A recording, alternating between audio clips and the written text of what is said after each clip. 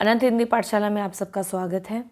आज हम अपनी एनसीईआरटी की पुस्तक हिंदी अंतरा भाग 1 पे का पाठ 8 उसकी माँ से संबंधित अभ्यास के महत्वपूर्ण प्रश्नों पर चर्चा करते हैं। आज का पहला प्रश्न है, क्या लाल का व्यवहार सरकार के विरुद्ध षड्यंत्रकारी था? जो लाल है कहानी का पात्र, वह देश की आज़ादी में बढ़ चढ़कर भाग लेता है, तो उसका जो व्यवहार है वो सरकार के विरुद्ध षड्यंत्रकारी था।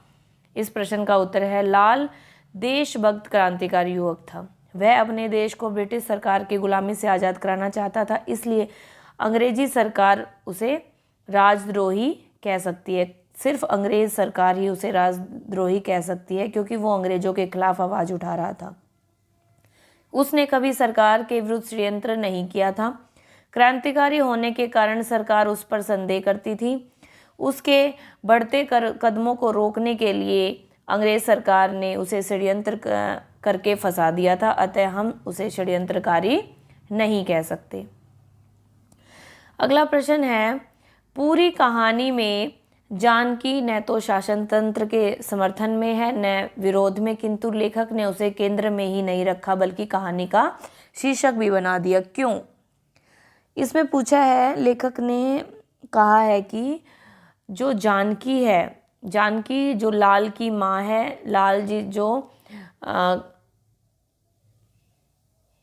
गुलामी को नहीं सहन करता और भारत को आज़ाद कराने के लिए बढ़ चढ़कर भाग लेता है, जो उसकी माँ है, वो इस शासन तंत्र जो अंग्रेज सरकार थी उस शासन तंत्र के समर्थन में नहीं है और न ही इसके विरोध में है, किंतु लेखक ने उसे केंद्र में ही रखा। एक माँ की दयनीय दशा को दिखाया गया है कि किस प्रकार उसका बेटा, जो अंग्रेज सरकार उसे बंदी बना लेती है और किस प्रकार वो उसे बचाने के लिए कोशिशें करती हैं और किस प्रकार वो नाकाम होती चली जाती है। तो इस कहानी को उसने शीर्षक भी बना दिया है उसकी माँ। आखिर क्यों? इसका उत्तर है, शीर्षक की सार्थकता के लिए जरूरी नहीं है कि कहानी उसके बारे में हो, बल्कि उसके मूल भाव, उद्देश्य, प्रमुख घटना अथवा मुख्य पात्र से जुड़ा हुआ हो। कहानी के क्रांतिकारी युवक लाल की माँ की ममता, सरलता, दृढ़ता, सेवा और त्याग का वर्णन है। कहानी की घटनाओं में माँ का बार बार उल्लेख हुआ है। वह सिर्फ माँ है। माँ का संबंध शासन तंत्र और उसकी व्यवस्था से नहीं होता है, उसके लिए उसकी संतान महत्वपूर्ण होती है। वह सबका कल्याण चाहती है। लाल तथा उसके साथियों को फांसी होते ही वह भी प्राण त्याग देती है।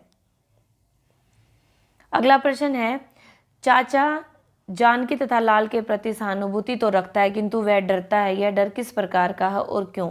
जो चाचा है लाल का, वह एक जमींदार है और जमींदार होने के कारण उसको जो अंग्रेज सत्ता में है सरकार है, उससे काफ़ी उसको सहायता मिलती है और वो डरता है कहीं इनका साथ देने पर सरकार उससे भी दूर हो जाए, उसकी सहायता ना करे, उसको भी अत्याचार उससे भी अत्याचार उसको प्रताड़ित करे।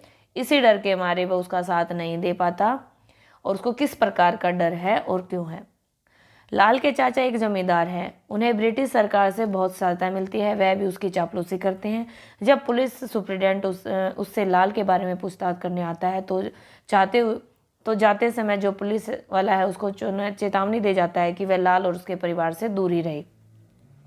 इससे वह डर जाता है कि कहीं उसे भी ब्रिटिश सरकार के गुस्से का सामना न करना पड़े। इसी डर से वह चाहते हुए भी लाल व उसके परिवार की कोई सहायता नहीं कर पाता। अगला प्रश्न है, इस कहानी में दो तरह की मानसिकताओं का संघर्ष है। एक का प्रतिनिधित्व लाल करता है और दूसरे का प्रतिनिधित्व करता है उसका चाचा। आपकी नज़र में कौन सही है? तर्कसंगत उत्तर दीजिए। तो इसमें दो मानसिकताओं का संघर्ष दिखाया गया है। एक है लाल जिसमें देशभक्ति की भावना कूट कूट कर भरी है और वो अंग्रेजों के विरुद्ध अपनी आवाज़ को उठाता है, और दूसरी तरफ है जो चाचा जो अपनी आवाज़ को दबा देता है, सिर्फ डर के मारे कहीं अंग्रेज सरकार भी उस पर अत्याचार ना करे, उसके काम ना रुक जाए।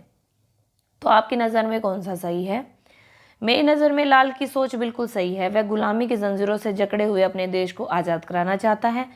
उसका मानना है जो व्यक्ति समाज या राष्ट्र के नाश पर जीता है उसका सर्वनाश हो जाना चाहिए। जो व्यक्ति बैठे बैठे सब कुछ देख रहा है, गरीब जनता पर अत्याचार होते देख रहा है, सब कुछ सहन कर रहा है, तो उसका भी सर्वनाश होना जाना चाहिए। क्यों उसका भी फिर वही हाल होगा। अगर हम हाथ पर हाथ धरे बैठे रहते उसका भी वही हाल होगा। अगर हमारे क्रांतिकारी नेता उस समय अपने प्राणों की बलि ना देते, उन अपने प्राणों को न्यौछावर ना करते, तो आज हम ऐसे आज़ाद ना होते। लाल के मन में देश के लिए प्रेम कूट कूट और भरा था। लाल के चाचा के कारण इस देश को आज़ादी नहीं मिलती, बल्कि हजारों लाल के कुर्बान होने से आज हमारा देश क्या है, आज़ाद हुआ है।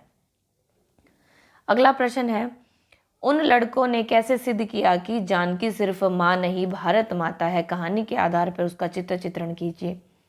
जो लाल के दोस्त थे वो जानकी को, लाल की माँ को क्या कहते थे, भारत माता कहकर पुकारते थे, और कहानी के आधार पर ही जानकी का चित्रण करना है।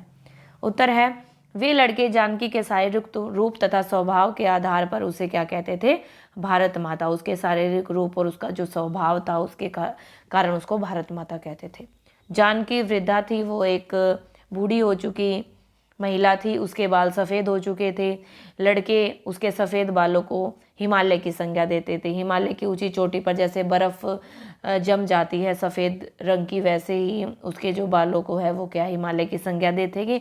और जानकी के जो माथे पर बल पड़ रहे थे उनको वो नदियों की संज्ञा देते थे। नदियों का भान होता है, भान दे नदियाँ दिखाई देती हैं जो उनके माथे पर लकीरें बुढ़ापे में आ गई थी। ठोड़ी के आकार को कन्याकुमारी और लहराते बालों को बर्मा कहते हैं। फिर करते हैं जानकी का चरित्र चित्रण कहानी के माध्यम से। जानकी सीधी सादी स्त्री है, उसे किसी बात से कोई मतलब नहीं है, बस उसे अपने बच्चे की चिंता है और उसके लिए वही सब कुछ है। जानकी वात्सल्य से युक्त है, उसका प्रेम मात्र अपने बेटे लाल के लिए नहीं है, उसके मित्र को भी वह अपने बच्चे के समान वात्सल्य लुटाती है। बच्चों की मृत्यु का समाचार पाकर स्वयं भी क्या करती है, प्राण त्याग देती है। जानकी त्यागमयी है, वह अपने बेटे, अपने मित्रों और उसके मित्रों के भोजन पानी की व्यवस्था के लिए अपनी सभी जमा पूंजी क्या कर देती है, प्रसन्नतापूर्वक खर्च कर देती है।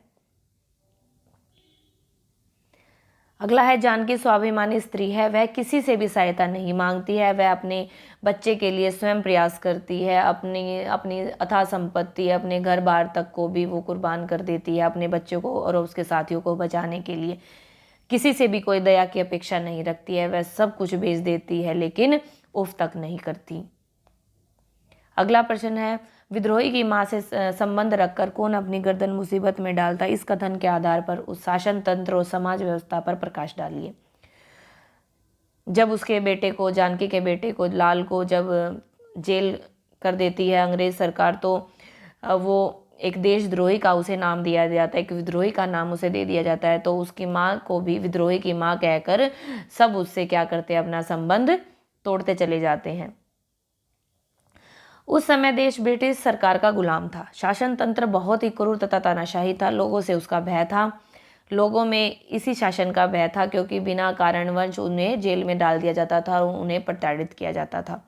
शासन के डर से क्रांतिकारियों की सहायता करने को मुसीबत को न्योता देने के समान माना जाता था। अदालत बिना उचित सुनवाई किए मनमाना दंड दे देती थी। समाज अपने लिए सोचता था, लोगों में एकता नहीं थी। उस समय सभी जो अंग्रेज सरकार जो उन पर अत्याचार करती थी, सभी उनसे डरते थे, इसलिए क्या थी, लोगों में एकता नहीं थी, सबको अपने से मतलब था, सभी अपने घरों में दुबके पड़े रहते थे क्योंकि वो बाहर निकलते उन्हें किसी कारणवश बिना कुछ दंड, बिना कुछ किए ही उन्हें दंड दिया जाता था, जिस कारण वो डर के मारे कुछ नहीं बोल पाते थे। वे इतने भयभीत रहते थे कि चाहकर भी किसी स्वतंत्रता प्रेमी की सहायता नहीं करते थे। अगला प्रश्न है, चाचा ने लाल का पेंसिल खचित नाम पुस्तक की छाती पर से क्यों मिटा डाला था? चाचा लाल का पेंसिल से पुस्तक के पहले पन्ने पर लिखा नाम इसलिए मिटा डालना चाहते थे क्योंकि उसे डर था कि कहीं पुलिस वाले तलाशी लेने आए तो उन्हें यह किताब ना मिल जाए। लाल ने देश के लिए स्वयं को अर्पित कर दिया था। उसकी बूढ़ी माँ बेसहारा थी। लाल के नाम से उसका संबंध भी लाल तथा अन्य क्रांतिकारियों के साथ जोड़कर उसे भी ब्रिटिश सरकार का विरोधी जानकर दंड मिल सकता है। अगला प्रश्न है, भारत माता की छवि या धारणा आपके मन में किस प्रकार की है? यह आपने स्वयं उत्तर देना कि भारत माता की छवि को आप किस प्रकार अपने अकॉर्डिंग, अपने अनुसार देखते हैं। अगला प्रश्न है, जानकी जैसी भारत माता हमारे बीच बनी रही, इसके लिए बेटी बचाओ बेटी पढ़ाओ के संदर्भ में विचार कीजिए। हमें बेटियों की पढ़ाई के लिए उचित व्यवस्था करनी चाहिए, क्योंकि ऐसा करने से न सिर्फ एक व्यक्ति बल्कि पूरा परिवार और समाज हो सकेगा। बेटी बचाओ बेटी पढ़ाओ इस दिशा में एक बहुत अच्छा कदम है, इसके द्वारा वे स्वावलंबी बन सकती हैं। फिर है, निम्नलिखित का आशय स्पष्ट कीजिए। पुलिस वाले केवल धीरे धीरे गुलाना मिटाना है। पुलिस वाले क्या करते हैं, अच्छे घरों के जो भारतीय बच्चे होते हैं उन्हें मात्र संदेह के आधार पर क्या करते हैं, दंड देते हैं। इसलिए इस प्रकार की अत्याचारी शासन प्रणाली को स्वीकार करना क्रांतिकारी देशभक्त अपने धर्म कर्म आत्मा और परमात्मा के विरुद्ध मानकर उसका क्या करता है, विरोध करता है, उसे धीरे धीरे उस व्यवस्था को मिटाने की कोशिश करता है।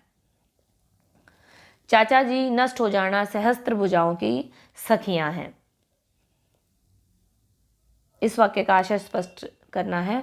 लाल इस बात को स्वीकार करता है कि अंग्रेजों को शक्ति को तुलना में भारत को स्वतंत्र कराने वाले की शक्ति बहुत कम है, क्योंकि अंग्रेज सत्ता इतनी शक्तिशाली है कि जब भारत एकजुट होगा तभी उस पर क्या है, विजय प्राप्त कर सकते हैं। पर वह देश को स्वतंत्र कराने में जी जान से जुटा है। उसे विश्वास था कि जब कोई मनुष्य दृढ़ निश्चयपूर्वक किसी कार्य को संपन्न करने में जुट जाता है तो उस कार्य की अपार क्षमता आ जाती है, उस कार्य को उसे संपन्न करने की क्या है, अपार क्षमता अपने आप आ जाती है।